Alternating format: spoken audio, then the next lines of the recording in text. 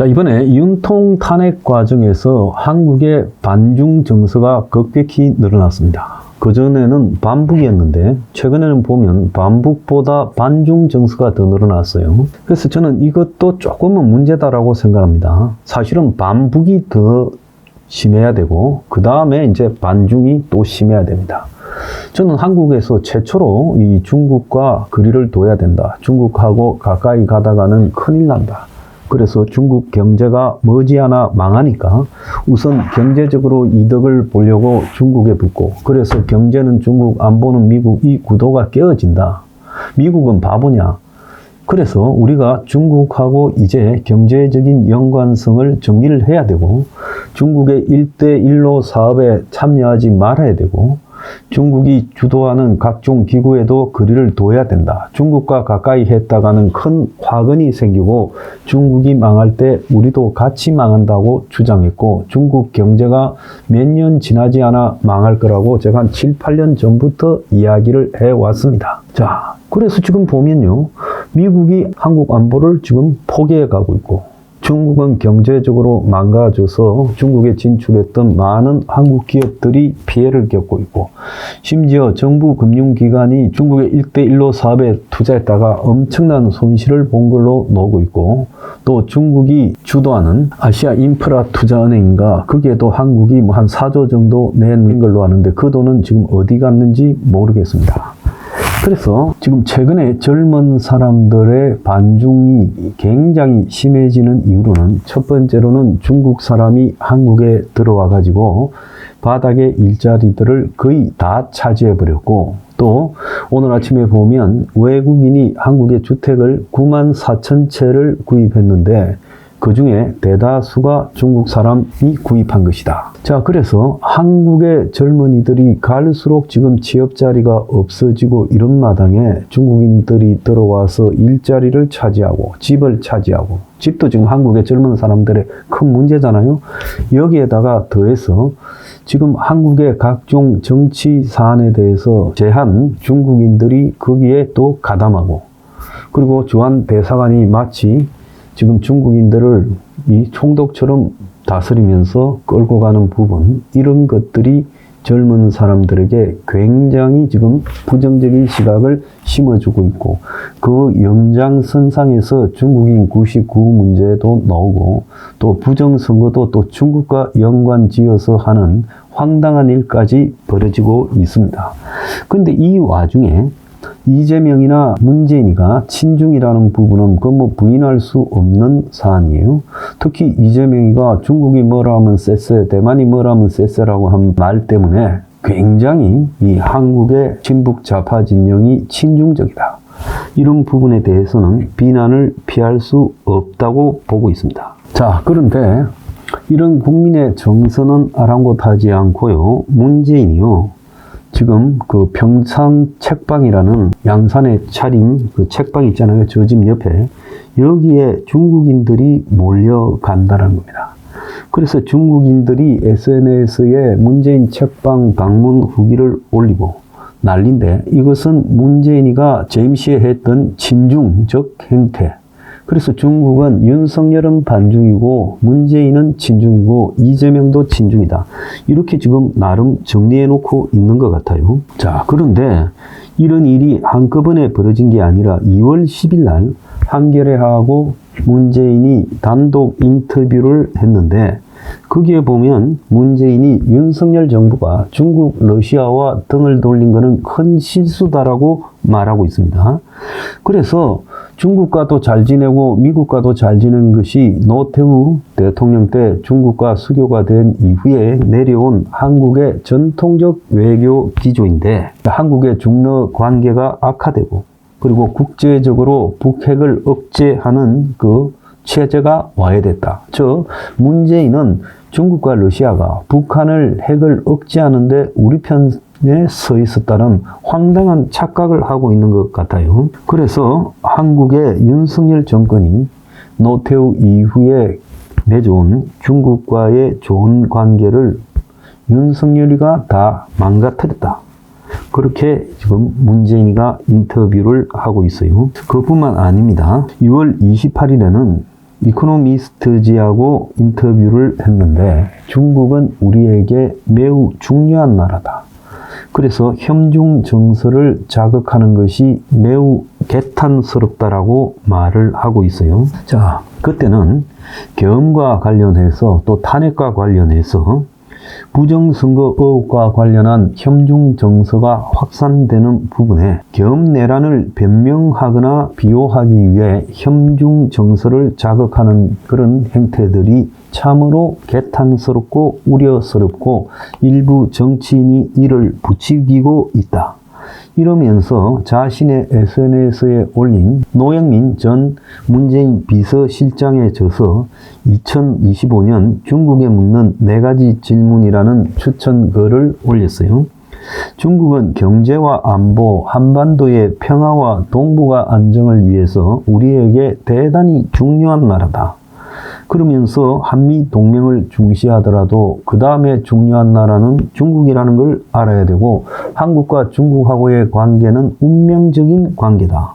그래서 양국은 서로 싫다고 안 볼 수 없는 그런 위치에 있고 그런 관계가 천년 동안 내려와서 현중 정서를 자극시키거나 그리고 정폭시키는 일을 해서도 안 되고 좋은 관계를 지속시켜 가야 된다라고 말을 했습니다. 자, 문이 이렇게 말을 하는데 저는 문이 배알도 없는 사람이라고 생각해요. 여러분 기억나십니까? 문이 취임하고 2017년 그때 11월 초에 트럼프가 오고 그 다음에 이제 문이 중국에 12월 달인가 가지 않았습니까? 그때 중국이 산불 정책을 말하라고 한국을 압박을 했죠. 추가적으로 사드를 배치하지 않고 한미일 삼각 동맹에 가담하지 않고 또 더 나아가서 미사일 방어에 한국이 들어가지 않는다. 그래서 그걸 한국에 보고 분명하게 인정을 하라고 요구했고 그래서 당시 국회에서 민주당 의원이 외교부 장관에게 물었지 않습니까? 그래 외교부 장관이 뭐라고 했었어요? 국회에서 그런 식으로 답변을 하지 않았습니까? 그 다음에 이제 갔어요. 중국이 해달라는 대로 해주고 갔는데 중국에서는 만나기로 했던 고위직들이 다 문을 갖다가 거부하고 그래서 문이 혼밥을 그때 여러 번 하고 또 따라갔던 기자단이 중국의 별것 아닌 안보 요원들한테 주워 터지고 왔잖아요. 그래서 홀대도 그런 홀대가 없었는데도 한마디도 하지 않고 넘어갔습니다. 이게 문재인이에요.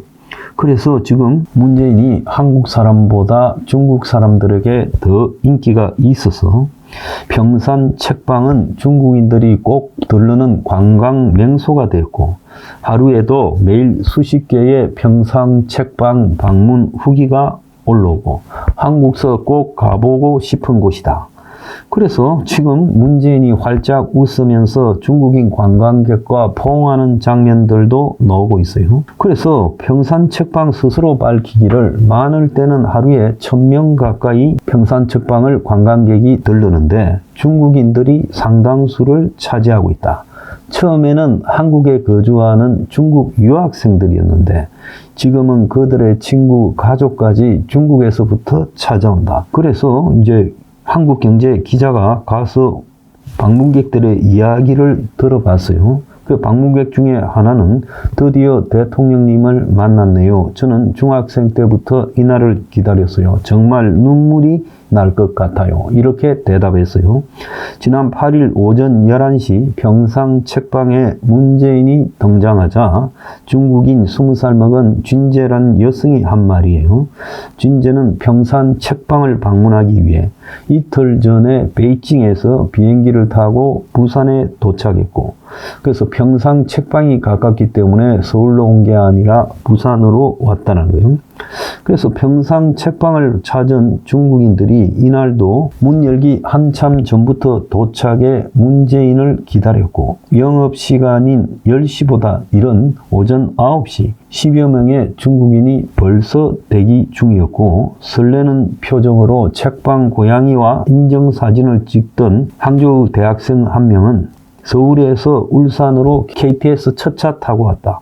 평상 책방 찾는 중국인들이 많다 보니 중국판 인스타그램인 레드노트에 울산에서 평상 책방까지 함께 택시 탈 친구들을 서로 구해가지고 같이 타고 온다.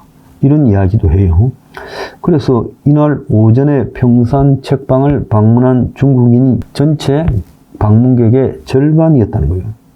중국인이 왜 문재인의 우호적이냐, 책방까지 찾아올 정도냐 하니까 상하이 한 관광객은 코로나19 당시 세계 여러 나라가 중국 여행객들의 입국을 차별 대우했는데 문재인은 차별하지 않은 유일한 대통령이다. 그것 때문에 한국이 코로나 번졌어요.